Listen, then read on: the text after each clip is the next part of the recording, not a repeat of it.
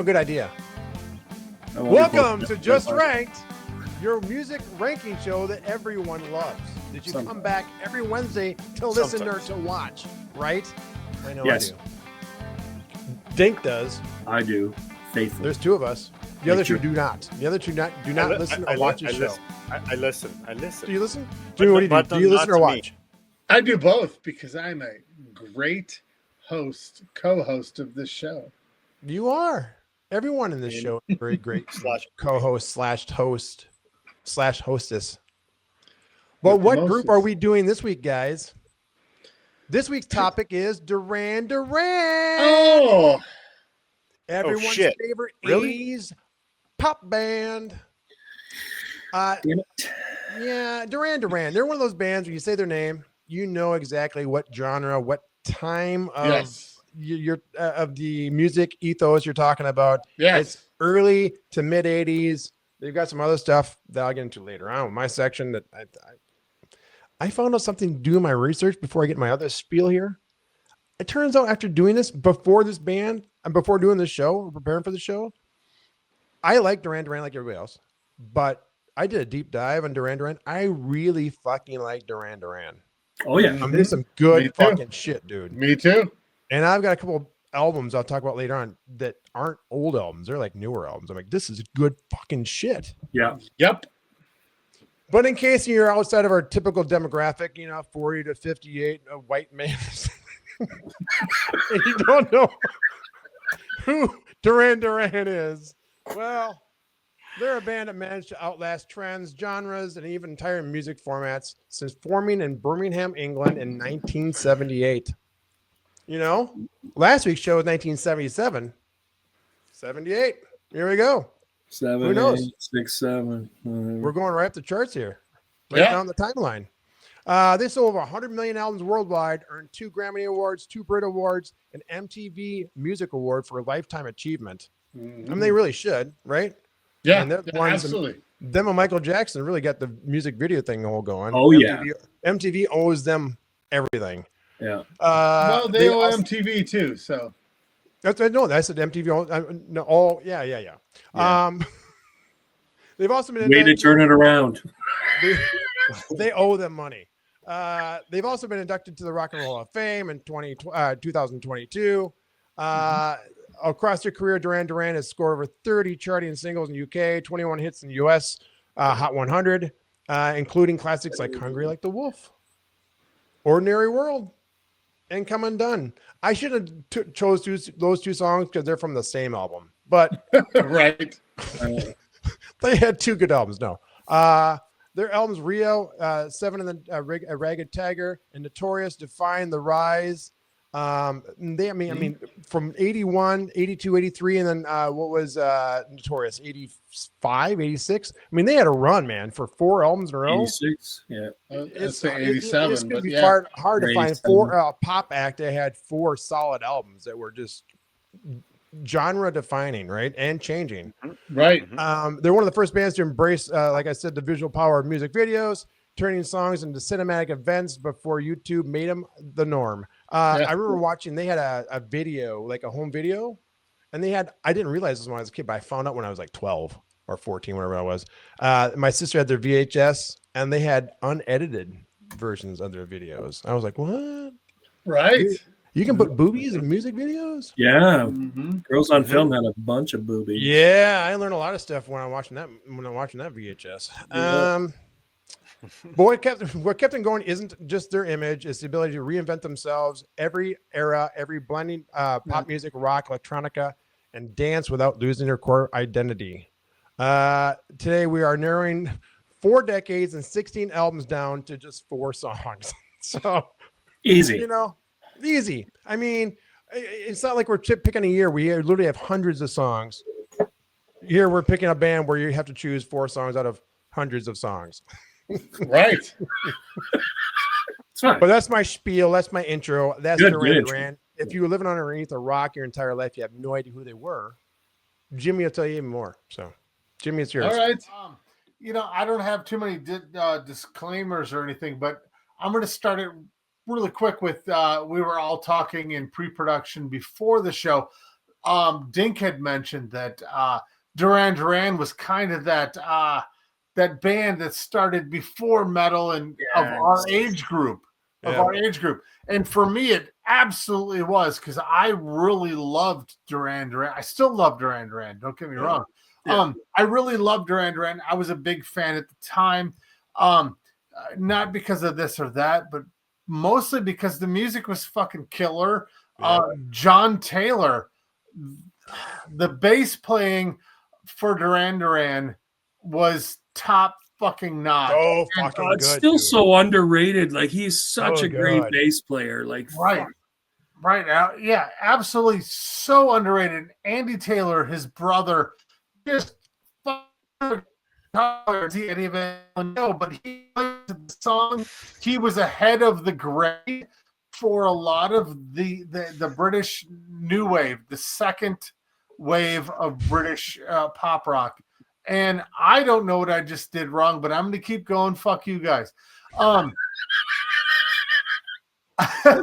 might be like the best your style. response you could have. I like your style.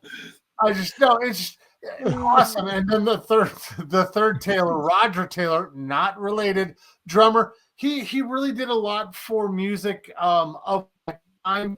Was he an Alex Van Halen or a Neil?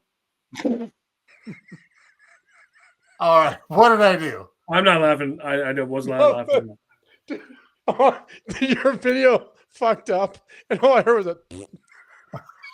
Was there a fart noise? Oh, I missed a good fart. So, Roger Taylor. Sorry, I've been a little gassy. Brought to you by GasX, our new sponsor. Or spam. Oh, fuck. Right. Anyway, Simon Le Bon was awesome. He had a higher register.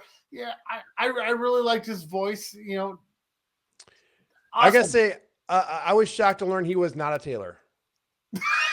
I thought that was a requirement to be in a band. Well, and I gotta stop you, Jimmy. Just so we were clear before any Duran Duran fans chime in. None of the Taylors are related. Correct. They're not? No, none of them are. No. Oh, I thought they were brothers. Is that why? No, none of them are related. Is that? No, we were laughing. It just happened that we were laughed right at that time, but it was your glitch. Yeah. I wouldn't laugh at that. I would just correct you off screen or right on camera. He'd always correct you after the show. I just figured we better not go on and pretend that we know Duran Duran and all the Taylor brothers. They're all brothers. No, it's okay. I mean, I'm just so that's used good. to the large UK contingency of Taylors. I just Well, the weird thing is the Taylors aren't related at all, but Simon Le Bon's related to all of them. Well, that's possible. Well, sadly, I thought the two of them were related. No. No, that makes sense. Right? That would be great. Wouldn't it be great if Simon Le Bon changed his name to Le Bon because his real name was Taylor? He's like, I don't want to be another No Taylor. more fucking Taylors, right? Like the Taylor trio here. Fuck. Oh, sorry, Jimmy. We hijacked. That's all right. That was my list. Chris, next. Did you have any songs? I don't remember any of his picks. That was a big glitch, man. Fuck. Yeah, it was totally. It's all right. The only one that wasn't was Nick. And he actually did a lot of music before the key. He did. He did. He did. He played the glitchy keyboard.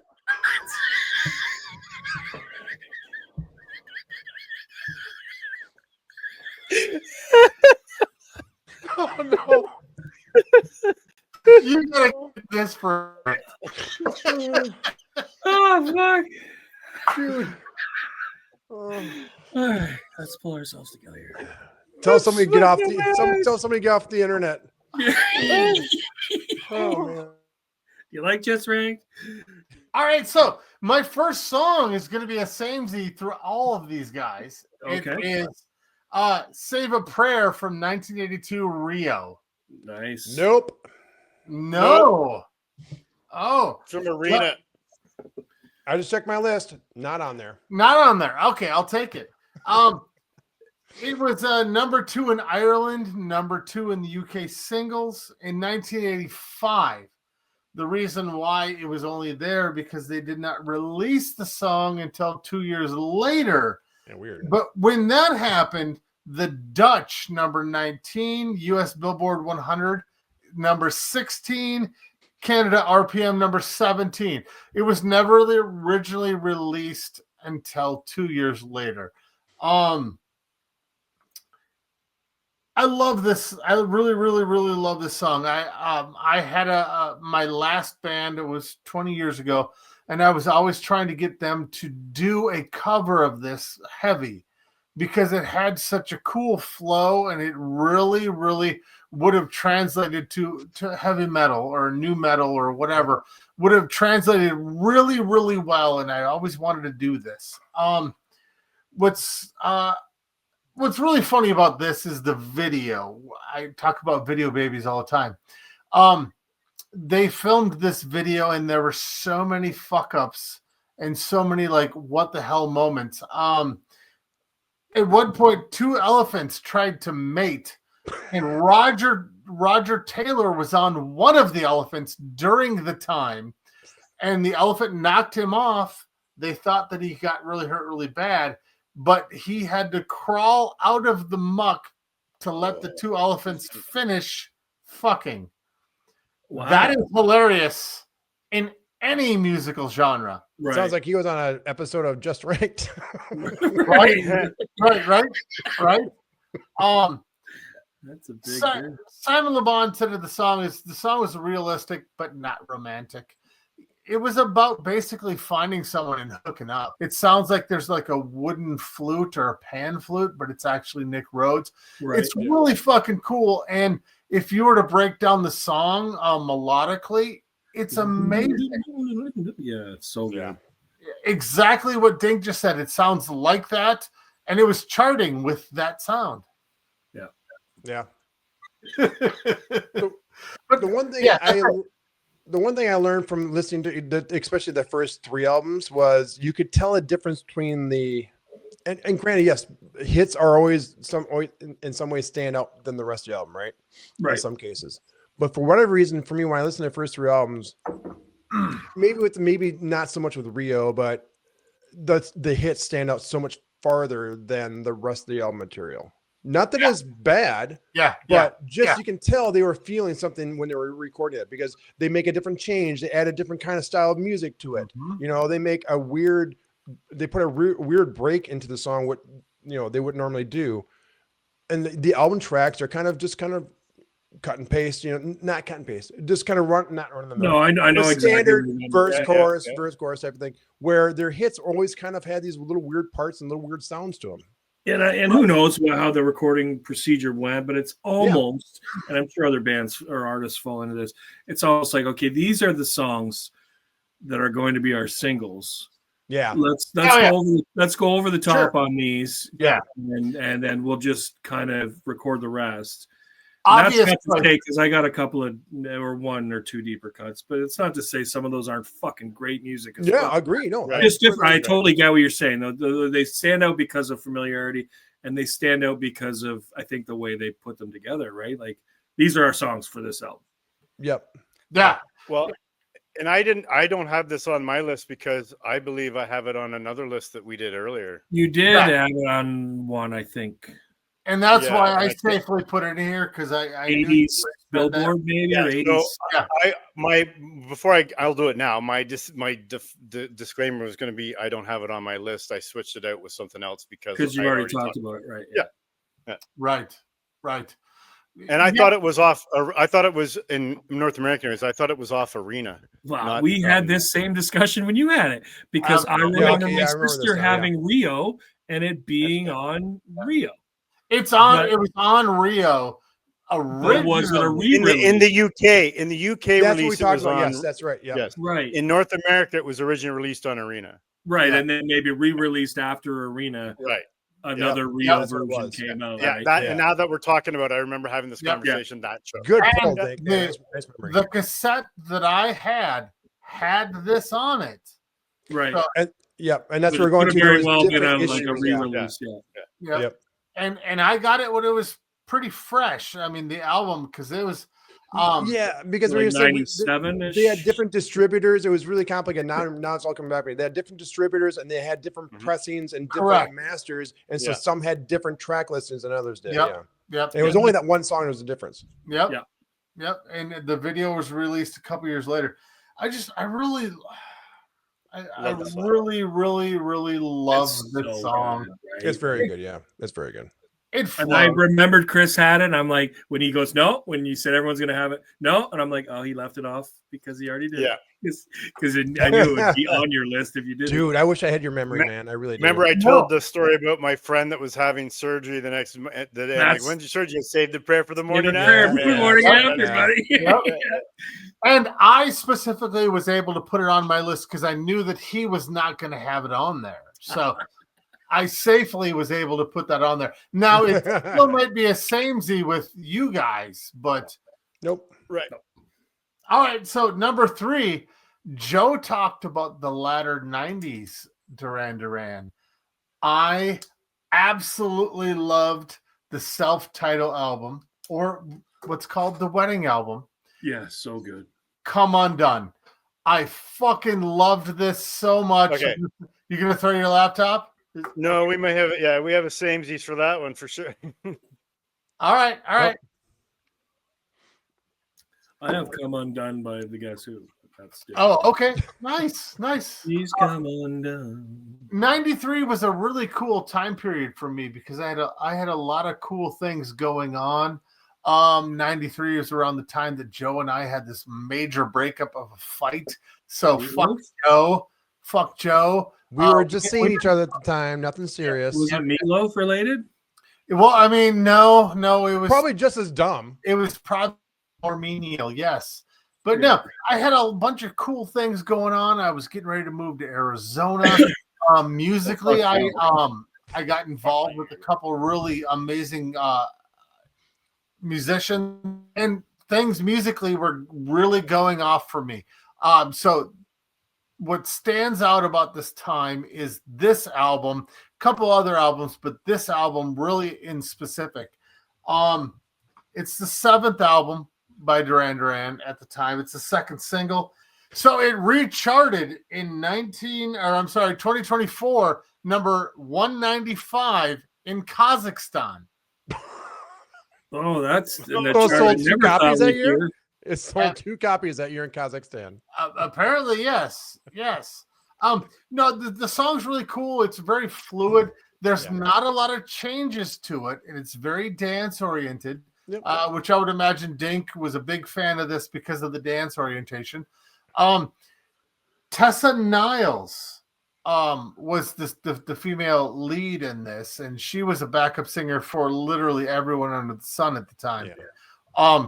But yeah, it's such a cool fluid song, and that's what I love. And Simon Le Bon's voice, he doesn't stress it out. He's more subdued in this. What's really cool about this is the female lead in this, Tessa Niles. She worked with a lot of other bands. She was kind of all over the place at this time period, so she was involved in a lot of stuff. Another cool thing is Andy Taylor was not the guitar player. It was Warren Cucurullo, who came from Missing Persons, who was a founding member of Missing Persons. Bunch of bands, previous to that was Frank Zappa's guitar player. Yeah. So Zappa, no fucking slouch there, man. Yeah. He really brought it to the table and did a lot of stuff that say a lot of the music at the time weren't doing guitar wise. A lot of Andy Summers diminished chord progressions. Such a good album. And if you watch Rick Beato, he talks very strongly and very positively about Warren Cucurullo's guitar playing on this album because he loves this album.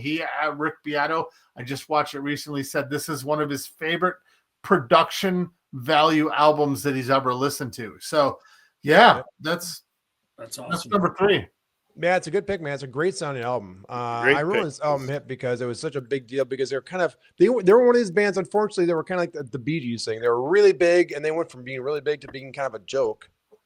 And they came back with this album, and they kind of hit it out of the fucking park. Yeah, because this in album a time in 93, 94 where the music was overrun by a different style than fucking Duran Yep. Duran, right? So I was like, Right. oh, what is this shit?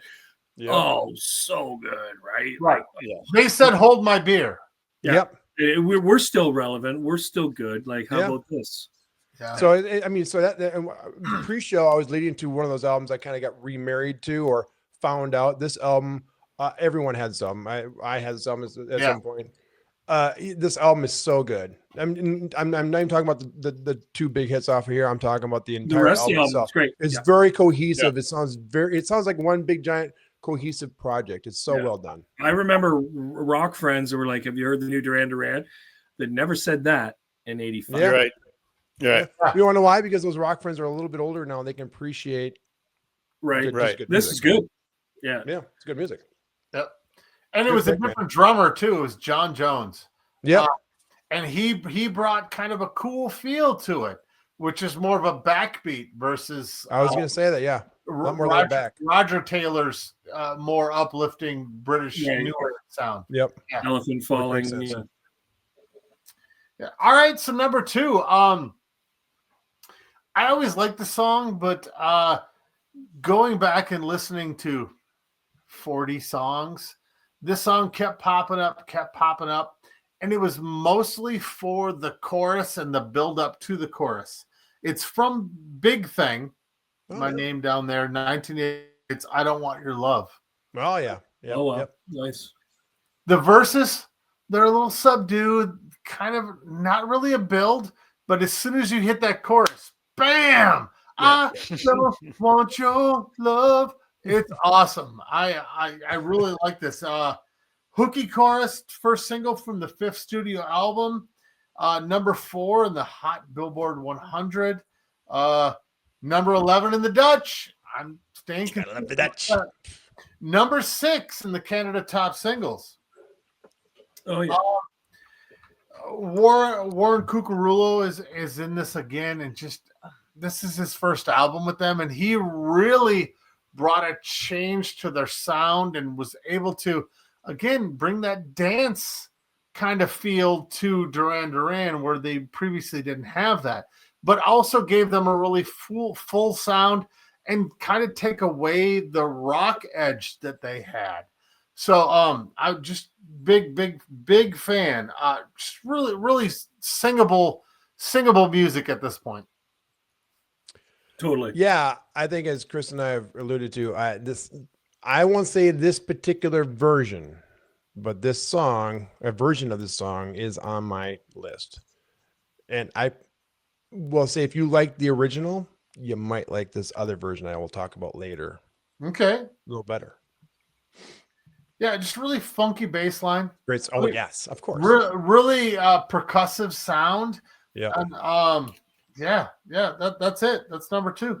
Great pick, man. Like I said, it's a good album. I don't think this album got enough love at the time because, again, there was. Yeah, but this entire album is just pure pop bliss from beginning to end. It really is. But you know, at the time in '88, I had friends who were like really into like U2 and Duran Duran, you know, that kind of stuff, and they actually loved this album. So I mean, that's where I was introduced to the latter '80s. Yeah, Duran Duran is through these friends, and so this song has always stood out to me. yeah, it's a good song. So, all right, number 1. We're gonna end it with the most badass bass line of any British new wave song that has ever happened. Joe looks scared. Yes, and it is Rio from Rio. Oh, fucking good. This is my number. 1982. This is my number 5. Oh, this Such a good bass line is so fucking hooky, so funky, so badass, and So good. If you've looked over Duran Duran for musicianship, you're wrong. You're way wrong. Because John Taylor, as I started in the beginning of my segment, is such a fucking badass. Andy Taylor is fucking badass. They're not brothers. The non-brothers. And Roger Taylor, the other third Non-brother. brother. It's I don't know. The video is really cool too. Am I glitching again? No, you're Okay. not All right. glitching, no. It's kind of No, funny no, 'cause, no, you're feeling good. Don't ruin it. it's kind Dick's of a little delayed though. really? Oh shit! It's really kind of funny because Simon Le Bon's I think just singing into you. a phone with the phone cord wrapped around his arm, Yeah. around the corner. It's I don't know. It's a lot of fun. The album cover, Patrick Nagel. Patrick Nagel, yeah. Is I it had- Nagel? I thought it was Nagel. No, I always heard Nagel. Okay, I could be wrong. My, If- but I had 3 of his posters in my bedroom. I was gonna say, if you were in the '80s, a lot of chicks had these posters. Stop. You know, they were in all of like L'Oreal and some of the lipstick commercials and stuff like that. Dude, his original artwork still goes for big bucks. Big bucks, Big bucks. big Like bucks. 7 figures bucks. 8 figures.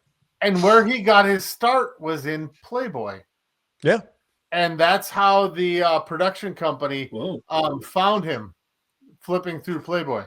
So yeah, it was recorded at AIR Studios, George Martin's, Yep. his studio. They recorded next door to Paul McCartney while he was recording Tug of War. Oh. That's my list. I'll stop glitching. Dude, again, this song That was a great kept list. on coming in at number Yeah. 4, 5, and it's like it got squeezed. It hurt me to leave this song out, Right. because again, this song gets stuck in your head, but the bass line's so fucking good, man. So good. The sole reason it is number 1 is because of that bass line. I mean, I hear that bass line in my head easily. So Yeah. fucking good. It was on my short list. I love that song, but I right now had a different list. Well, Yeah. I don't want right to say now. sometimes it's I gotta be probably up in honest. my top 4. That's a great Right. way to put it. Right now, this is my list. well, that's a perfect way to state this off because you're next. Excellent. So I love Duran Duran. Was a big fan of Duran Duran. Went to do a deep dive and then realized I'm a basic bitch when it comes to what I like to listen to, which is fine. But most of mine are hits. I Save a Prayer is not on there, so I switched one out and put another one in from Arena. But I'm going to start at my number 4. And I think I have an association. This one is definitely nostalgia. It's The Reflex. Oh yeah. 7 in the Rag Tiger. And I've always, because I remember the video first, the video was filmed at Maple Leaf Gardens Oh during really? a live show Oh. during the tour. Yeah. And like when you're, what was it? It was 84. So what, grade 5 or 6, think, for us? 84? Yeah, Something like that. Grade I 84, remember- 85 is grade 6. Remember my friends in school, grade 5, like, grade 6, yeah. we were talking about the video and being like, oh, it's filmed at Maple Leaf Gardens. Like, oh, you've been to Maple Leaf Gardens. Like, you know how that's cool when you're a kid, you have an association to something that Yeah. you really don't do. Yeah. Right? Especially Right? back So I've in those always days, had yeah. a kinship to, other than Yeah, that, it's I just love, their sound. I do really like the song. It was their 3rd and last single from the album. It was their first number 1 hit on the top 100 in the US, 2nd in the UK.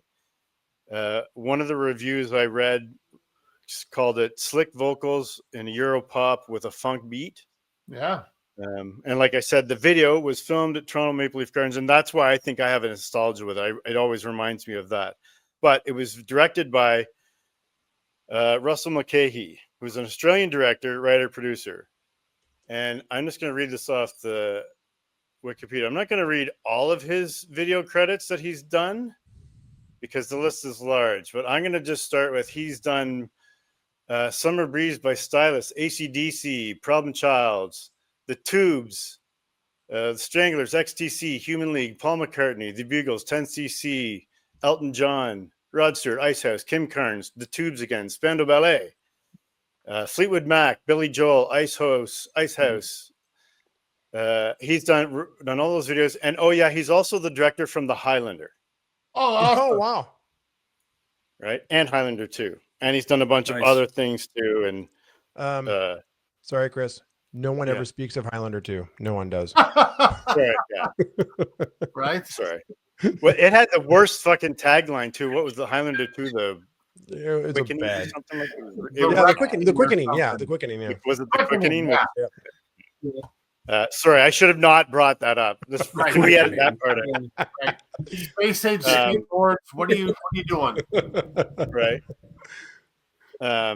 It was Right. like I said, number one Hot 100, Michael J. number one Fox. UK, number one Euro chart, number 3 Canada, and Dutch top 40 and singles 100 number 1. Also platinum in Canada, gold in the US, UK, and Dutch. Number one. The Nice. Dutch seem to have their fucking shit together. They do, man. Dutch knows good music. They really do. The Dutch have their shit together, right? They Right. do. And they They know how seem to to agree hide. with us a lot. They agree with our picks a lot. Like that shows they know what they're talking about, right? I will say this. I will get into it with my picks that I really learned Duran Duran a lot from my sister because it's arguably her favorite band. If Depeche Mode's not her favorite, Duran, they're 1A, 1B, right? She's seen them both in concert probably 10 or 15 times. There was a moment with her listening to Duran Duran across the hall where she decided she was going to type out their lyrics. I don't know if the cassettes didn't have the fold out with all the lyrics. So Wow. I learned what a Renoir was from this song because I didn't know, and I didn't even know that was a lyric until she typed it out and I read her lyrics. I'm like, what's a Renoir? But anyway, Look at you. I sold the being all, Renoir in the TV set as part of the lyrics. Nice. Right, Being right, all right, educated on art. Nice. Yeah. Thank you for that culture, Dink. That's great. Great song. And in the video, don't they throw a pail of water or something? Like it's like 3D almost. So no, Like it looks the like fans the, get hit the with wave water of water's in coming the off first of the couple rows? jumbotron. Yeah. It looks like the water's coming off the jumbotron at Maple Leaf Gardens. Right. Looks like a wave comes out over top of it, and the shot, all Right. the shots like leading Yeah. up to And then it, a couple of like, people all are the behind. But all the behind scene shots and stuff are all in the lobby of like Maple Leaf Gardens. So like as I was watching as a kid, I'm like, holy fuck, I know where that is. I know where that is. Like, you know what I mean? That's always stuck with me every time I hear the song. Right. Yeah, you've been in the building so many times, right? Like, well, Yeah. Right. And back then I was probably one, like, Awesome pick. I was probably one of like only 3 of my friends that had been in Maple Leaf Gardens back then, because it wasn't like now when, right. you know, And you've been there just go. probably 20 times already. I was Right. just there Saturday, dudes. Yeah. Back then that was crazy. Anyways, that's my number 4. Yeah. Nice pick, man. Yeah, it's a great pick.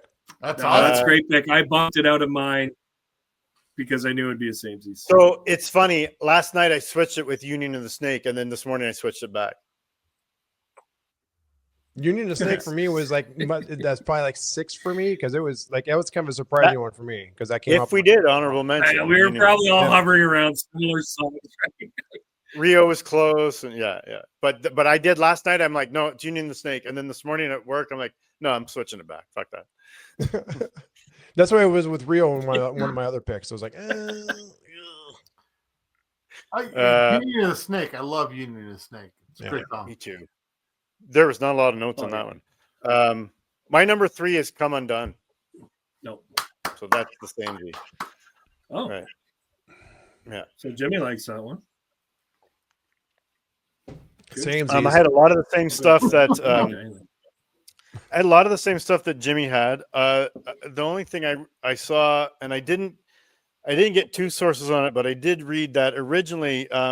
Sorry, I've forgotten how to pronounce the guitar player's name. Warren Cucurullo. Cucurullo and Rhodes had originally written the song, the Cucaracha.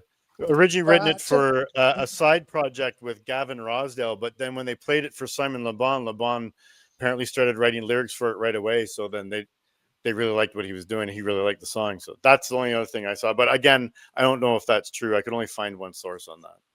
That's cool. But I wrote it down. That's cool though. If that is Other than true. that, Wow. everything else pretty much was the same what Jimmy said. So I don't really have much to add. But I love that song. Personally, it was around the time when I bought my first stereo system for my car, where I put 6x9s and a 10-inch subwoofer in, and that was one of the first, if not the first, CDs I played on it. That song in probably particular, I sounded think awesome. I must have repeated it a fucking dozen times on the way home, just that song, because it was fucking unreal on that system. Right. Yeah. You know what? For as big of a band as Duran Duran was and is, Yeah. I started out, I had 10 songs that I wanted to, that were competing for the 4 spots. And when I was doing research, outside of me not knowing they weren't brothers, there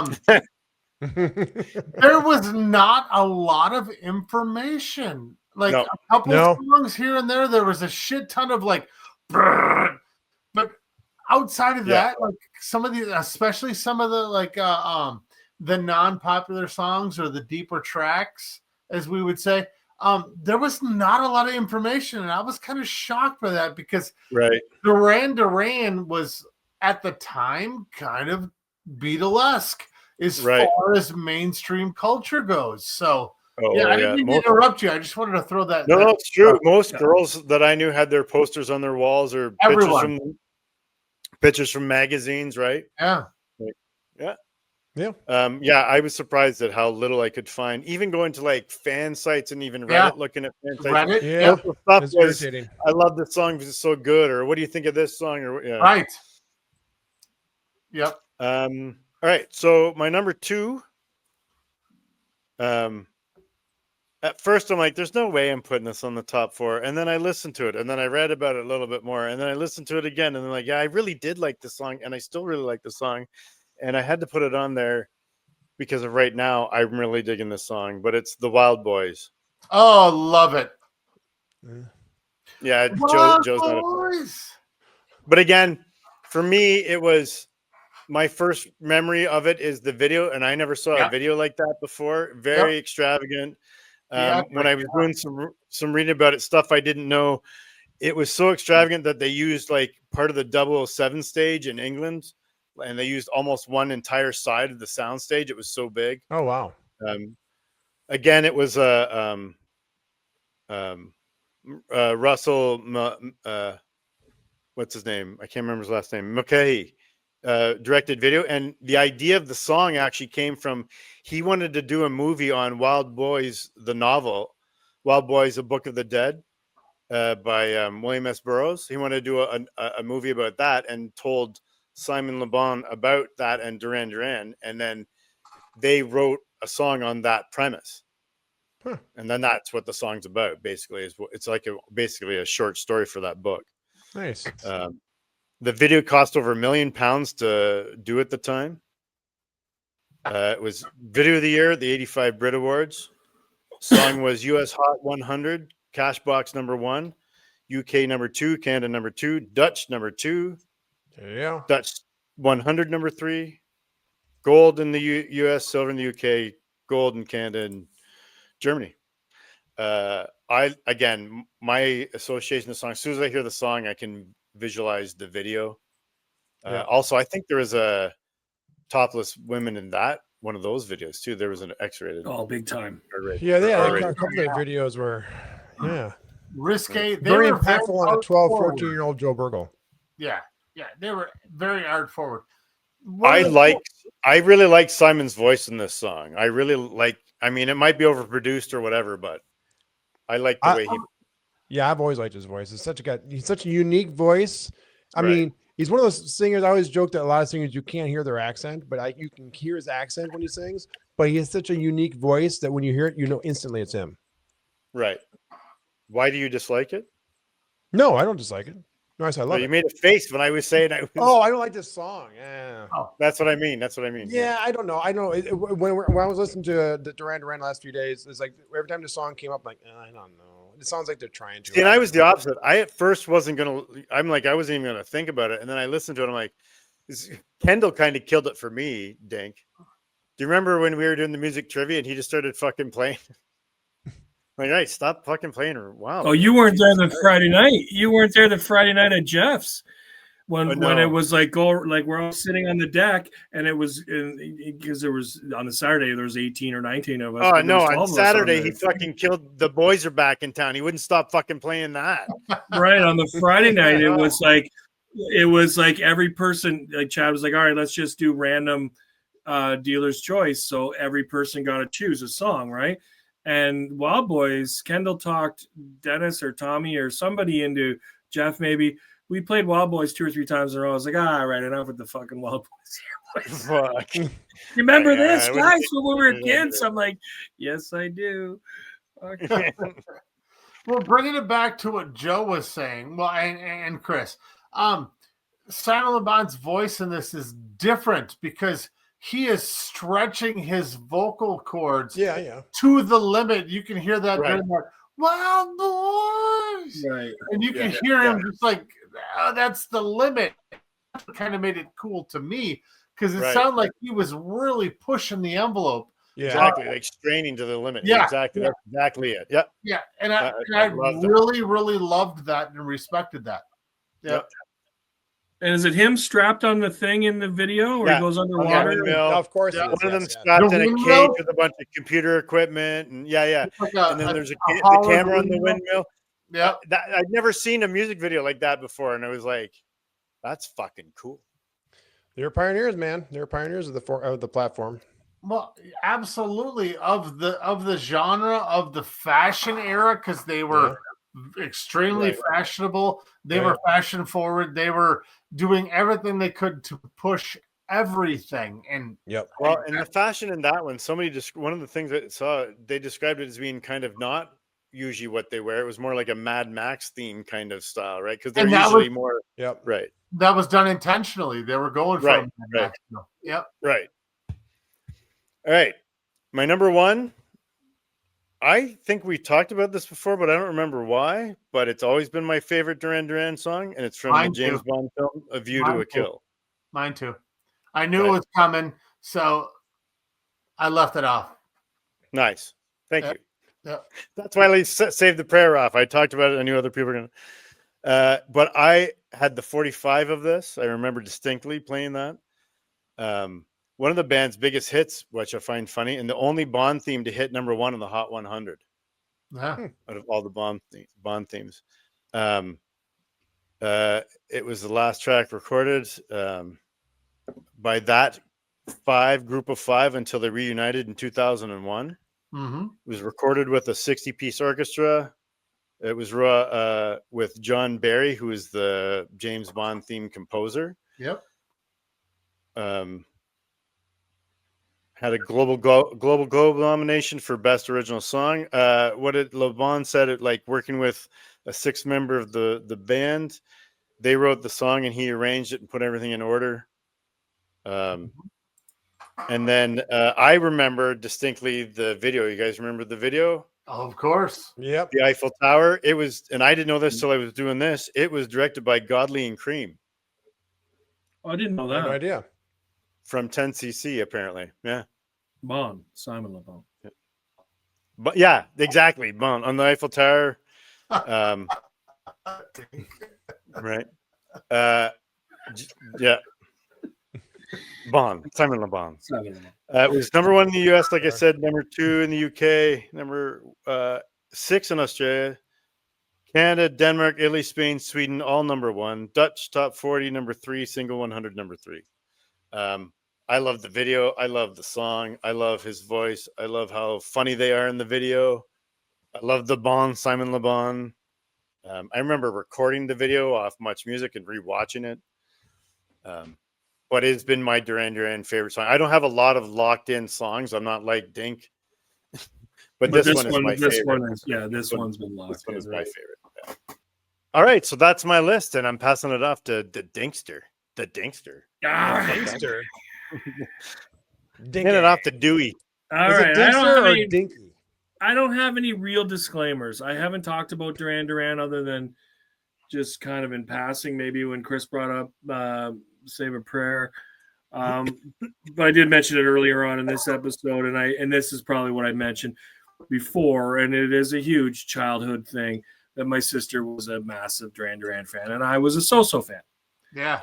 And I was getting out of pop and getting into metal, but still kind of had a thing for Duran Duran.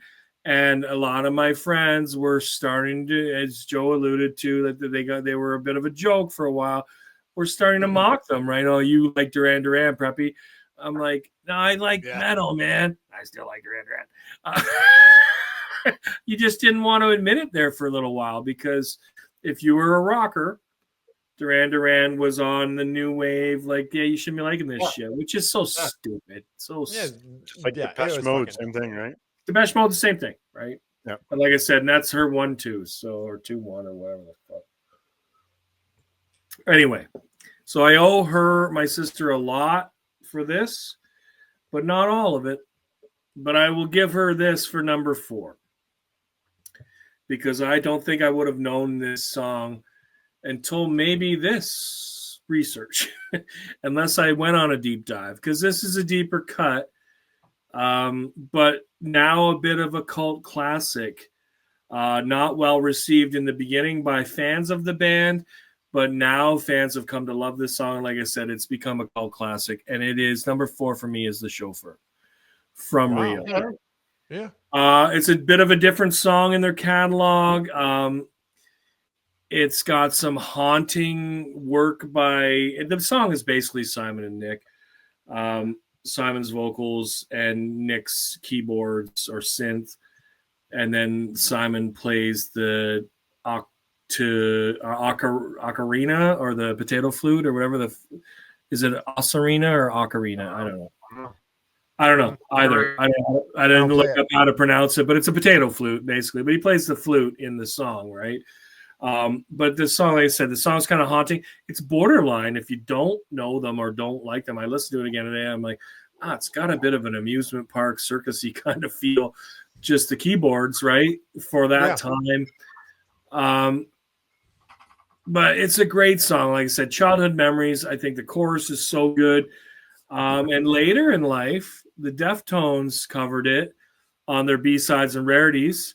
Yep. And I have to do a little bit of reading, but Chino was cited as saying it was one of his favorite covers he ever did.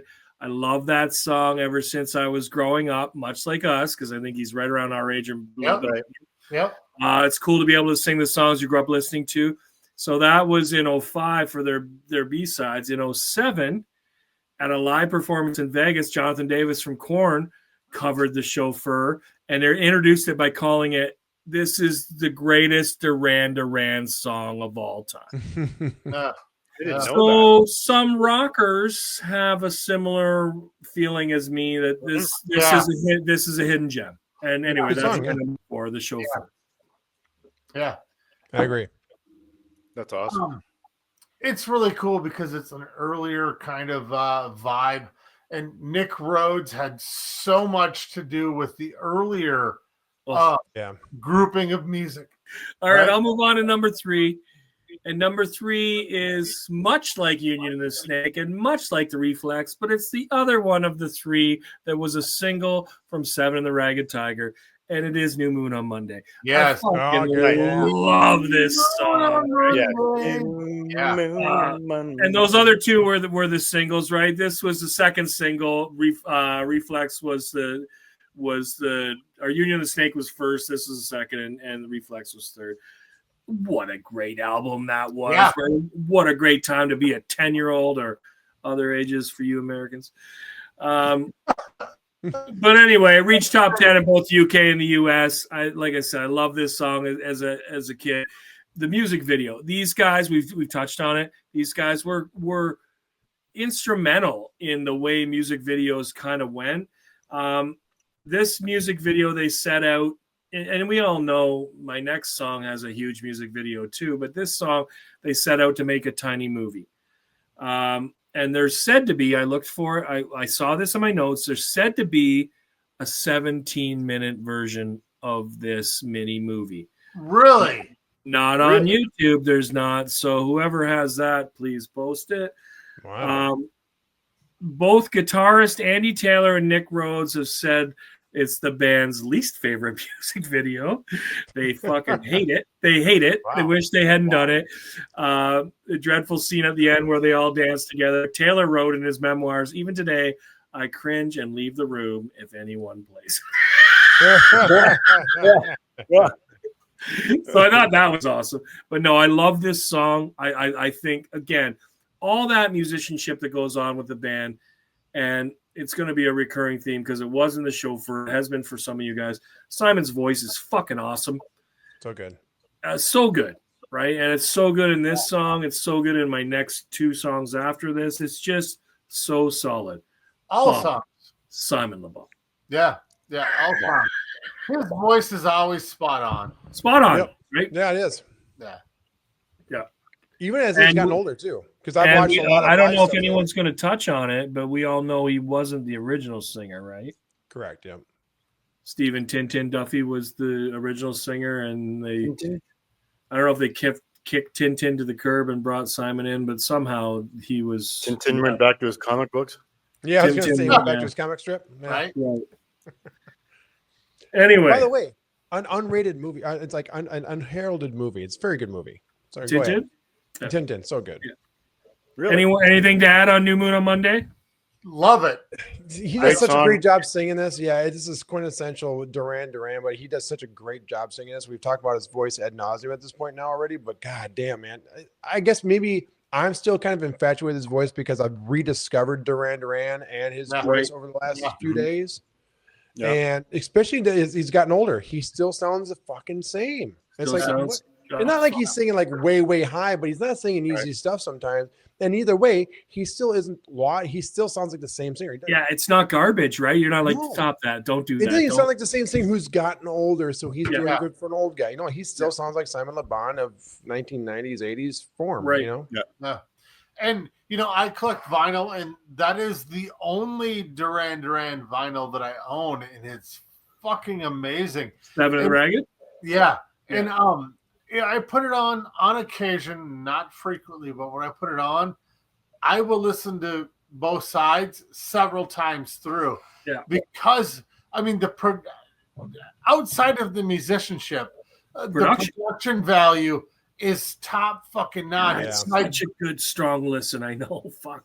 And I really, we're talking about the Reflex on this whole album, it sounds like he's stretching past his normal comfort zone. yeah. And it really shows, and he's doing a good job with it. But it also sounds a little painful, which is kind of what I like, if that makes sense. Yeah, and with that, it would be really cool to see a documentary with old footage of them and not every band has it, of them in the studio.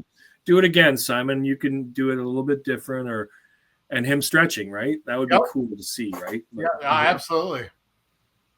Anyway, I'll move on to number 2. It is probably the most, unless Joe has it, it's the most basic bitch on this list. It couldn't double negative couldn't not be on this list. I tried to bump it off this list, and I bumped the Reflex off this list and Wild Boys to get Chauffeur and New Moon in there. But this is Hungry Like the Wolf. I fucking love this song. Like, how can you not love this song? And I love this song because of radio play, because of the video, because of my sister. And if you go back to our 80s Billboard show, Jimmy had a song by the Tubes that I was very excited about called She's the Beauty. Yeah. So I had that. I mentioned it in that show. I had that on a K-Tel compilation called Star Treks.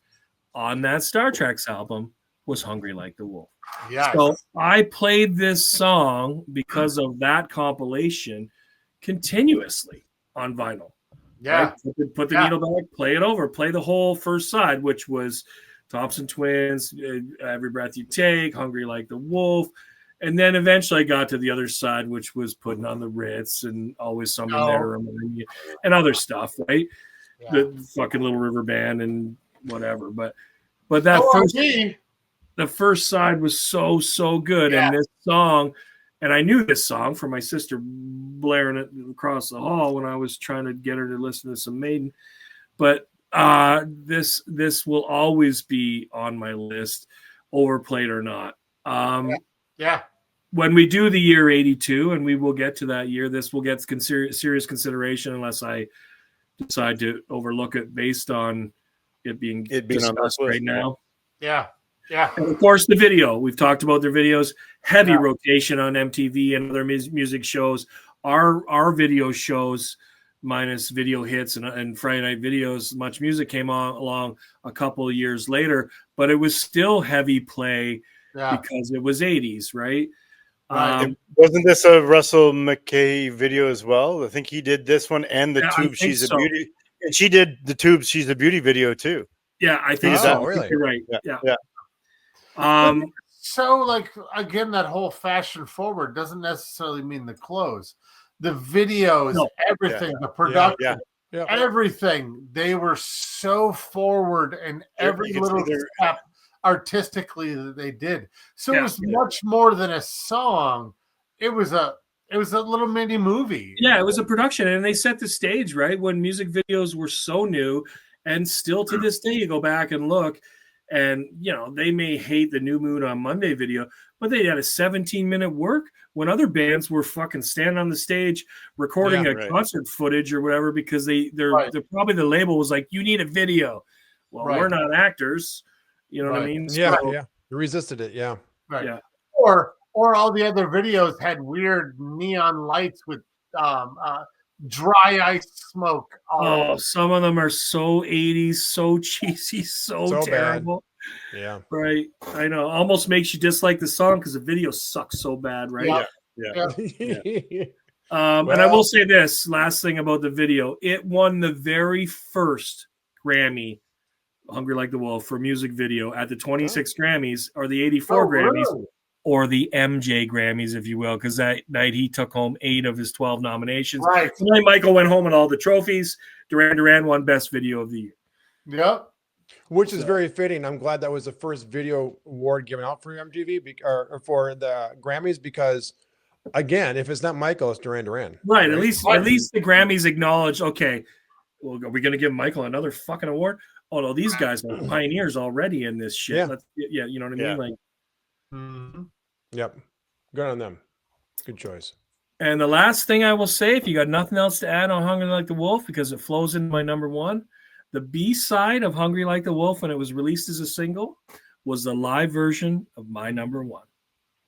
Oh. And My Number One is from their debut album, and it is a deeper cut, and it is Careless Memories. Yeah. Yep. Yep. Nice. This song it's much like View to a Kill for Chris.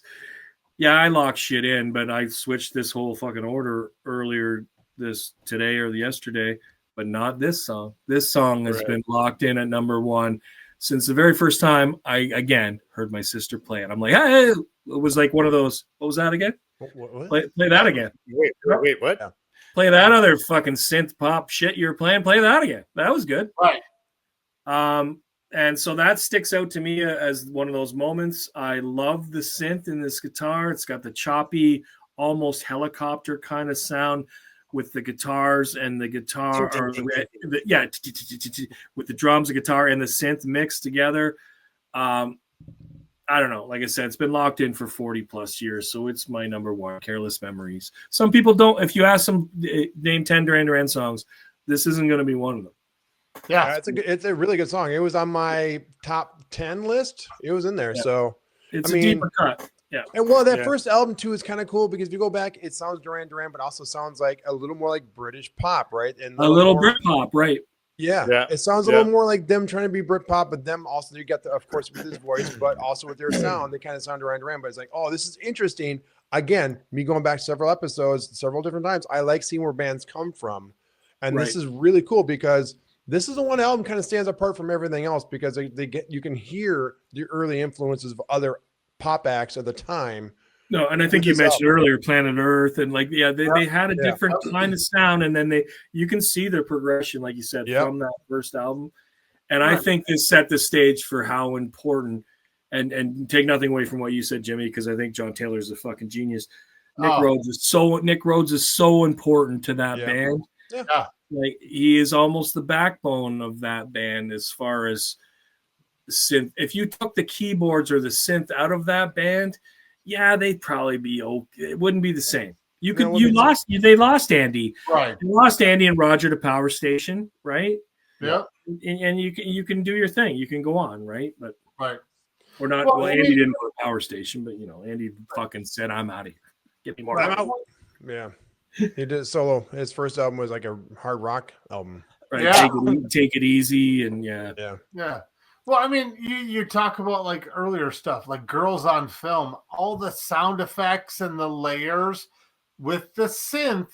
Again, the predominant parts of that song and that early sound, Nick Rhodes. Yeah, they were so new wave in the beginning, right?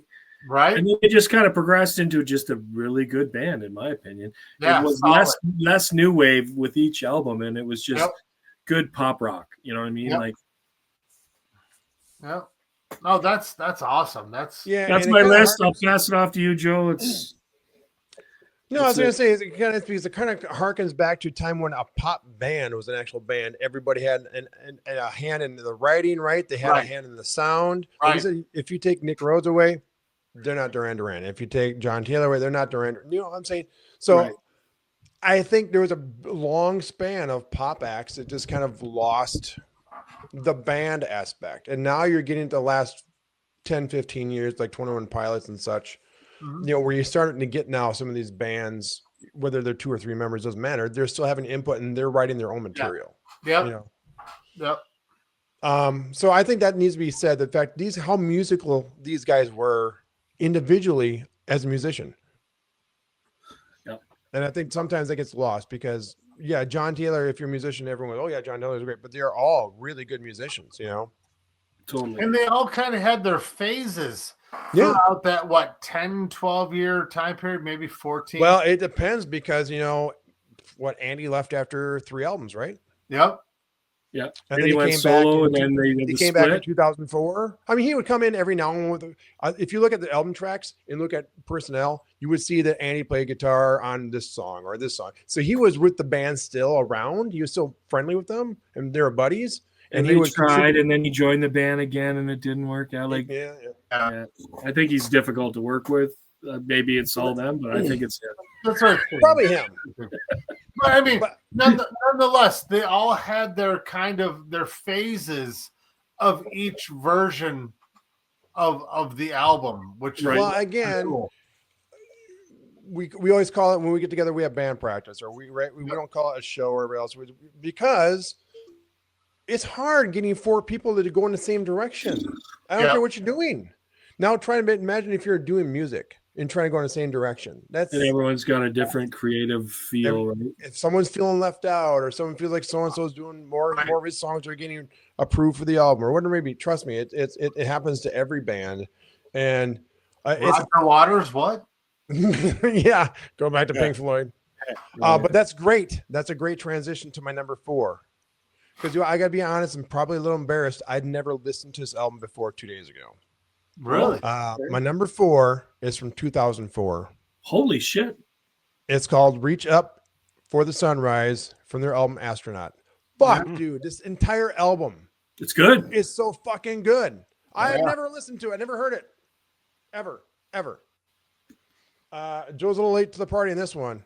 But this song served as a lead single from their 11th studio album, Astronaut. Is their first album together as a classic lineup since 1985. Wow, that's awesome. Andy came back, and you can hear. That's what I mean. Andy came back.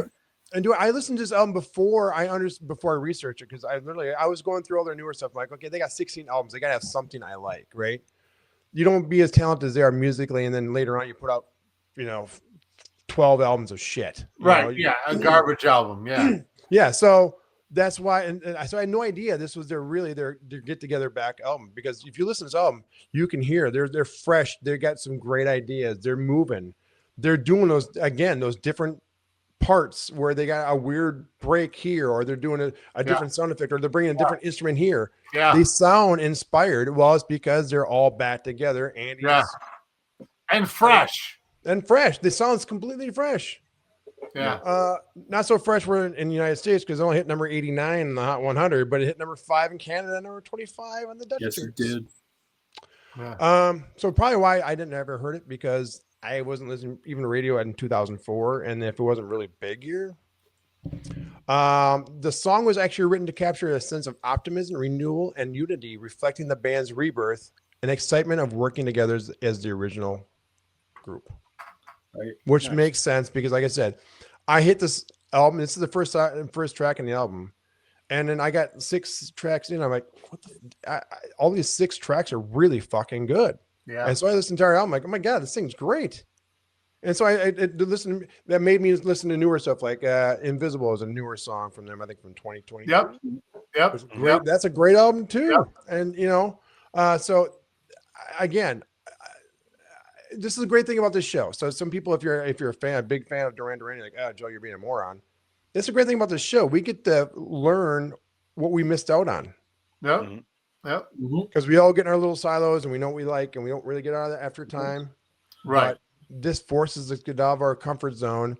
And again, like I said before in the beginning of the show, it makes me appreciate these guys, not only again as musicians beyond John Taylor, who I've always loved, but just musically, just how they compose their pop music isn't traditional. Yeah. I said before, the first couple of albums, yeah, you can see the tradition besides the hits, but beyond that, when they got older, they got more musical. Yeah. And even more, a little more experimental, and you can see they refine their craft. I don't want to say time comes with, but again, like anything else, the more you do it, the not necessarily better, but the more fluent it comes to you. Right. Yeah. I don't want to harp on my sister, but I remember in 04, Yeah.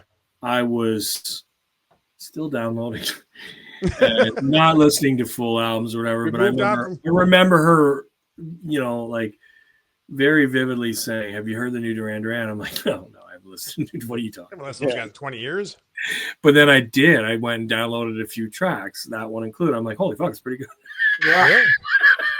Yeah. The fuck does she know? Jimmy? Kind of listening to new metal. Yeah, right. I'm actually familiar with this album because, again, another friend like you were just talking about said, "Hey, did you listen to this?" No. Well, gave me the CD and listened to it, and it was really fucking awesome. Right. And it was really fresh. It was a fresh take and a new version of the band. But what were you talking about? You were talking about how musical bands come back. Yeah. And they're kind of re-inspired, I think. Yeah, sure. You said. Well, especially when it's all the original members, right? How can you not be for a little while anyway until you know that's going to blow up? But yeah. Absolutely. Ticking time bomb. The re-inspiration and everything comes back, and there's like new fluidity, like rejuvenation. And this album, you can really hear that, and you could kind of tell that they really wanted to play together. That this wasn't just let's put an album out. And that's the point I was trying to make, because I do remember this album and I did listen to it, and I listened to it several times and thought it was really kind of kick ass. Yeah, and you'd see videos or interviews with them, and they're smiling, and everybody's happy, like the band's back together, like but, for the moment, for the moment, right? Yeah. Well, and actually, Jimmy's interesting you said it, because one of my notes was just like you can tell how much fun they're having. Yeah, really, it comes out in the music. Yeah, and the music's positive, it's uplifting. Yeah, I gotta say, after listening to all the Duran Duran albums, and Rio's up there as well as far as a full album, but this is probably my favorite Duran Duran album, front to back. Nice.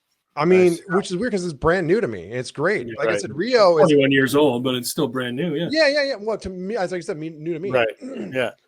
But I mean, Rio is a solid, especially the remake or the remix.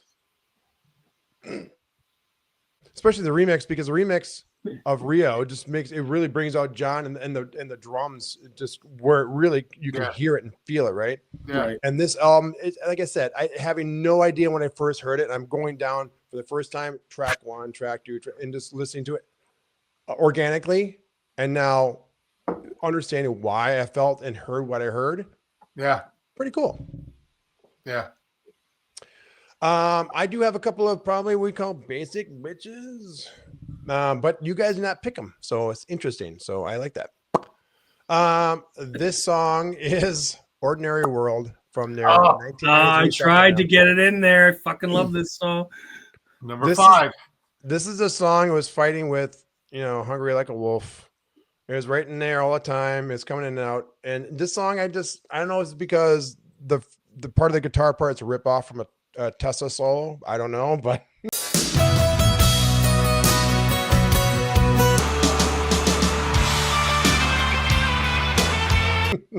It's not a ripoff. It's just the same progression. Yes. But it's this song is, again, they came back in 1993. They were kind of a joke beforehand. They had a couple bunk albums that no one, they got critically lambasted and no one really bought. And they came back with the self-titled album or the wedding album. And it's just, they come back huge. And we talked about before the Sound of This album, the entire album is just a great production, right?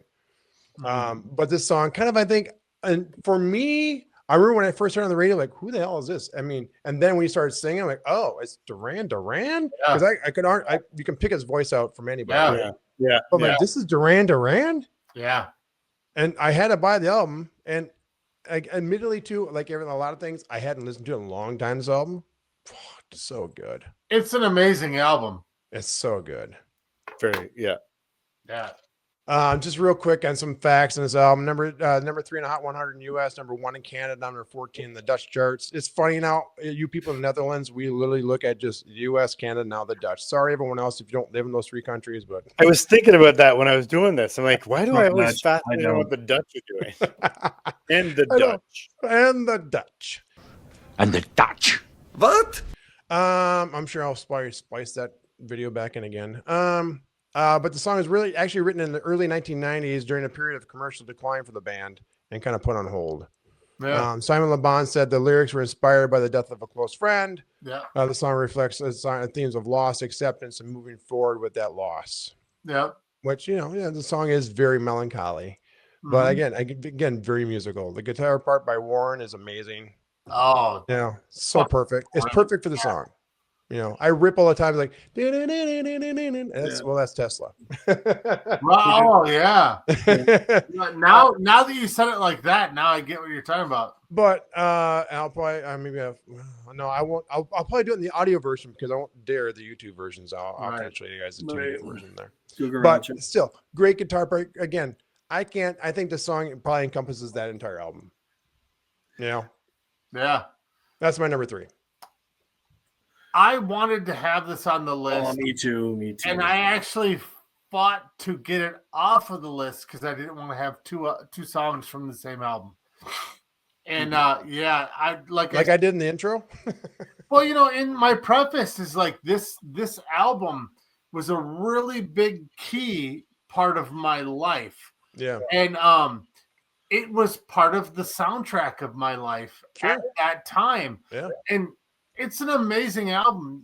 People can mock me or us for this love, but it's a fucking great album.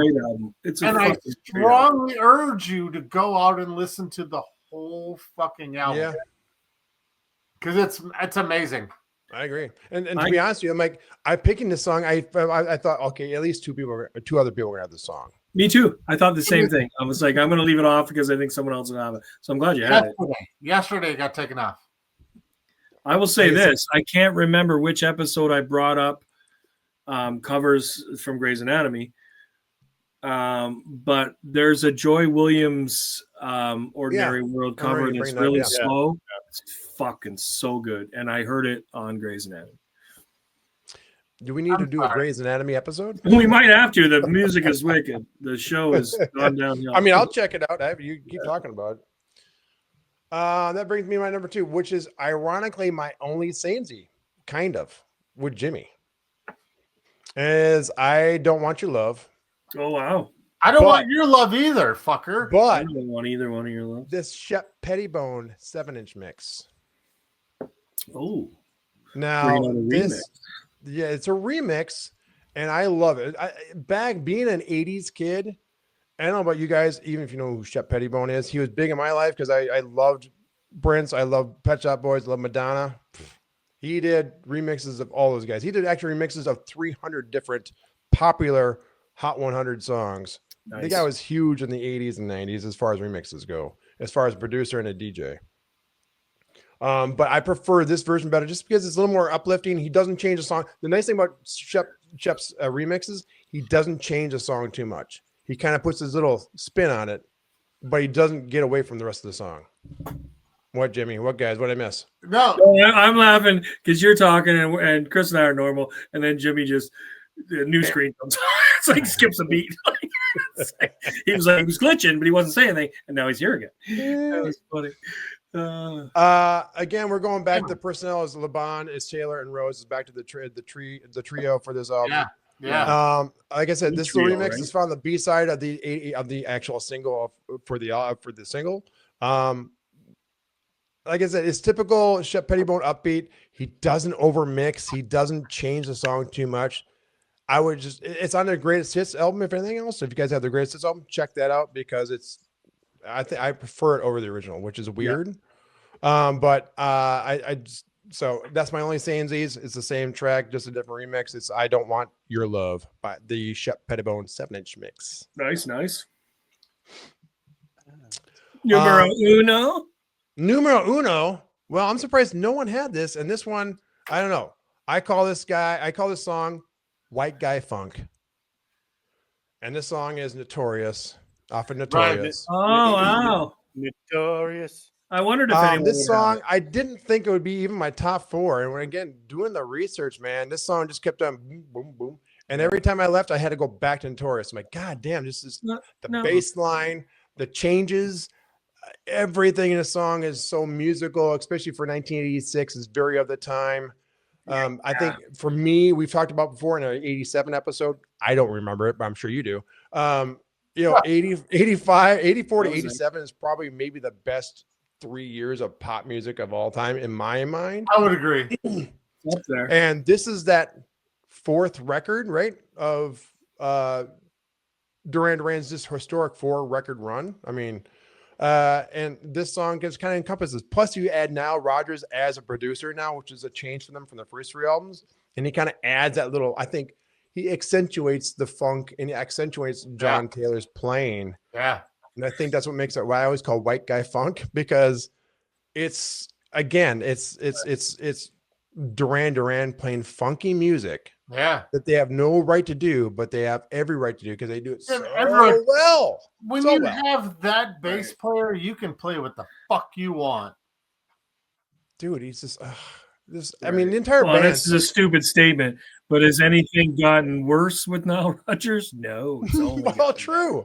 I mean, know what everyone. like, right? Ask like David Bowie, ask Chic, ask like anybody. what he did with fucking Let's Dance and Bowie, like what he's done with so many artists, right? Yeah. I mean, you'd be surprised that he played guitar on it because Andy Taylor wasn't available because he was no longer in the band. Right. I think Taylor actually played some song. He played on some songs for this album. Well, he played some songs because he was in the middle of leaving. But he did play on some song. He did not play on this song. So now Rodgers played guitar on this song. Which, if you listen to it, and knowing now Rodgers' tone and his clean tone, you know it's him. Yeah. I mean, he's got such a killer tone. It's just clean and funky. I mean, he's the epitome of clean funk guitar. He really is. So, that's my number 1. Yeah. Nice. That's badass. That was a great list. All great lists. A great band. Great music. Yeah. I think Jimmy, you said before That's before the show started, we had 4 to 6 themes, right? That's what you guessed, 4 to 6. What did we have? 2, 1? We only had a couple. 3, I thought. Yeah. I think 3. Yeah. 3? I think 3. Yeah. The music. But go ahead and go to dressrank.com to check out all of our socials that Dink does an incredible job doing. Obviously you can check the video podcast, the audio podcast, wherever you listen to your audio podcast. I always say every time I host this show, watch the video, listen to the audio, because on the audio you get to hear the music. YouTube, can't do that. If you have any questions, let us know. If you have your top 4 Duran Duran songs, post them in the video. You can post them on Spotify. You can post them on Apple Music. Do us a favor too. Rate us, please, on Apple Music and Spotify and Amazon, all your favorite audio versions, because it's really cool. What's popular on YouTube is different than the audio version. There's like our Foreigner episode, one of our most popular episodes audio-wise, but YouTube, not so much. Again, I'm Joe. He's Chris. He's Dink. He's Jimmy. We love you, but go fuck yourself. Just Ranked is researched and produced by the Just Ranked crew. Edited and mixed by Joe Burkle. Socials and marketing by DJ Art Media Services. Theme music by Blue Joker. If you're enjoying the show, please set your podcast app to download new episodes and help spread the word by leaving a review and tell everyone you know to listen.